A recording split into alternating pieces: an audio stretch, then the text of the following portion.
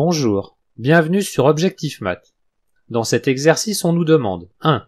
De montrer que pour des réels a et b positifs avec a strictement plus grand que b, on a arctangente de a moins arctangente de b égale à arctangente de a moins b divisé par 1 plus a fois b.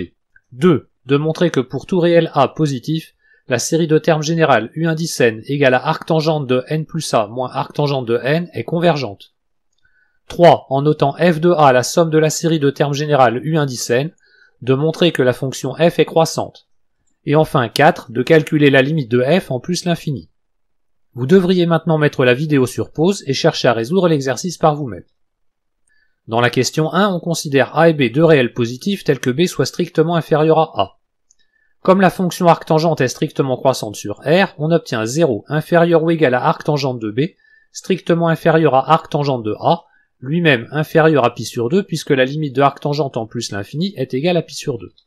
En posant y égale à arctangente de A moins arctangente de B, on a y strictement compris entre 0 et pi sur 2. On va maintenant appliquer la formule tangente de u plus v égale à tangente u plus tangente v divisé par 1 moins tangente u fois tangente v, avec u égale à arctangente de a et v égale à moins arctangente de b, ce qui donne tangente de y égale à a moins b divisé par 1 plus ab. Et comme y est compris entre 0 et pi sur 2, on obtient y égale à arctangente de a moins b divisé par 1 plus ab. Passons à la deuxième question. Considérons a un réel strictement positif et posons pour tout antinaturel n, u indice n égale à arctangente de n plus a moins arctangente de n.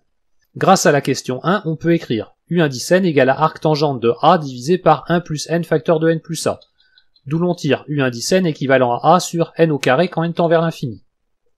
La série de termes générale 1 sur n au carré est une série de Riemann convergente, donc par comparaison à une série de Riemann, la série de termes générale u indice n est convergente. Pour la question 3, on reprend a et b deux réels positifs avec a strictement plus grand que b. On note u indice n égale à arctangente de n plus a moins arctangente de n, et v indice n égale à arctangente de n plus b moins arctangente de n. On a pour tout n v indice n strictement inférieur à u indice n, ce qui permet d'obtenir que la somme de la série de termes générale v indice n est strictement inférieure à celle de la série de termes générale u indice n. Autrement dit, f de b est strictement inférieur à f de a, ce qui prouve que la fonction f est strictement croissante.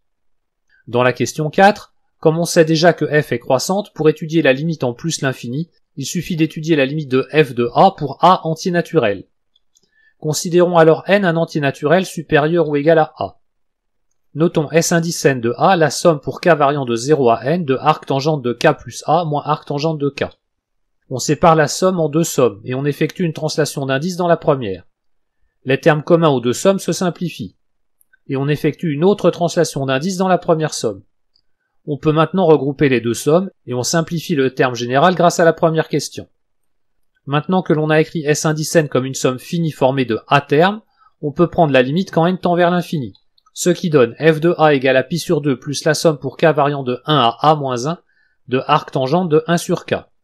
Je vous laisse vérifier que pour tout réel x compris entre 0 et 1, on a arctangente de x supérieur ou égal à x sur 2. Donc f de a est supérieur ou égal à pi sur 2 plus 1 demi fois la somme pour k variant de 1 à a moins 1 des 1 sur k. Comme la série harmonique est divergente vers l'infini, on obtient que la limite de f de a quand a tend vers l'infini est égale à plus l'infini. Et voici un programme Python.